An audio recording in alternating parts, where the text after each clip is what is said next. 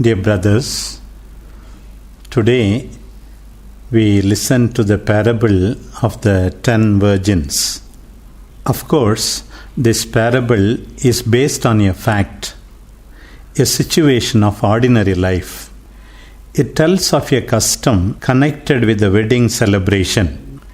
The virgins, the 10 young girls, went to the bride's house, waiting with her until the bridegroom came to lead her to his home.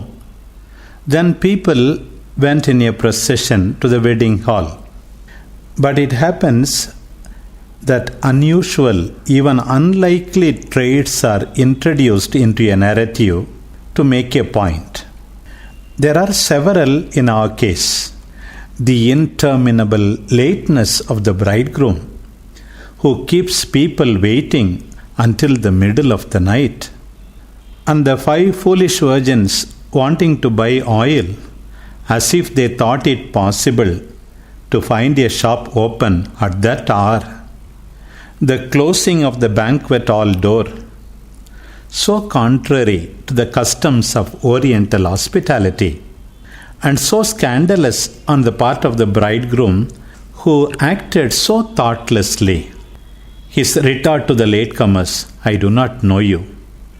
To this, we could add the fact that the young girls who had taken a supply of oil are not reproached for refusing to share. It would be out of place to argue with these improbable features of the story. We must remember, a parable is not a narrative of an event, retold with exactitude down to its minutest details. Storytellers can legitimately put in exaggerated traits that fit their purposes. We must understand the lesson of the parable. We shall be kept waiting for the Lord's coming, unforeseeable. It will happen suddenly. At that moment, everything will be lost for those who were taken by surprise.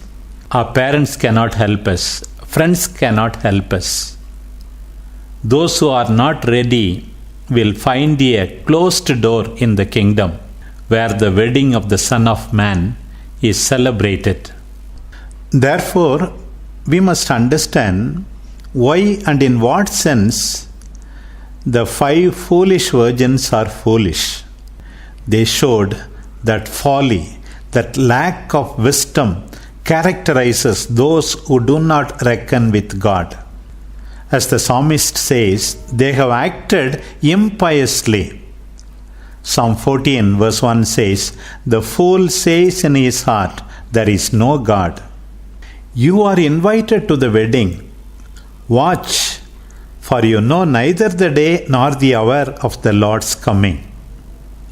The lesson is a moral one for us, but it results from faith in Jesus, who is, who was, who is coming again, whom we have found, whose return we are expecting.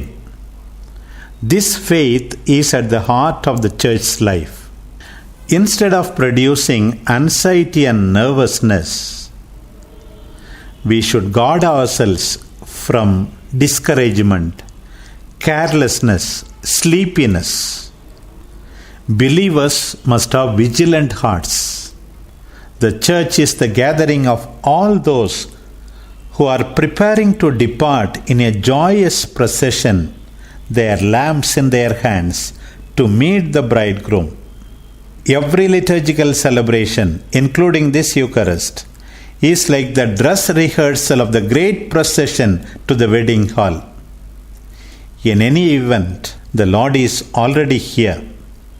He comes for His own, to whom He manifests Himself under the veil of signs. So, my dear brothers, let us be vigilant. Let us be awake. Let us not be taken by surprise. Let's go on doing our duty faithfully, patiently, always being ready to meet the Lord, who will reward us according to our deeds. Amen.